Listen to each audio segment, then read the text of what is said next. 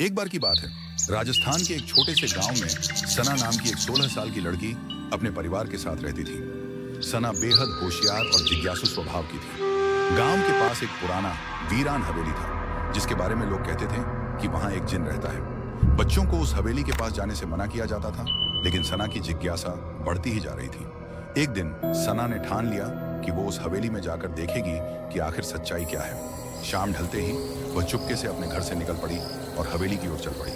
हवेली के दरवाजे पुराने और जंग लगे थे। जैसे ही सना ने दरवाजा खोला, एक अजीब सी ठंडी हवा चली और सब तरफ अंधेरा छा गया। अचानक हवेली के अंदर एक नीली रोशनी चमकी और एक लंबा, डरावना परंतु दुखी से लगने वाला जिन प्रकट हुआ। सना डर गई लेकिन भागी नहीं। जिन ने धीमे स्वर में कहा, तुम डर नहीं रही?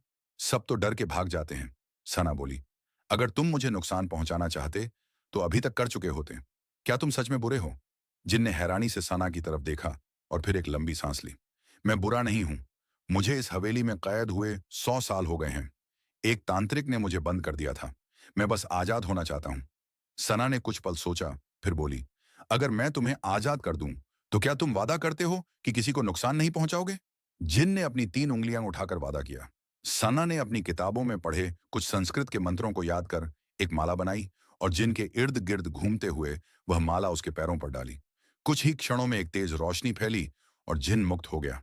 जिन ने सना को धन्यवाद दिया और कहा, तुमने मुझे आजादी दी। भी तुम मुश्किल में होगी, बस मेरा नाम पुकारना, मैं आ जाऊंगा।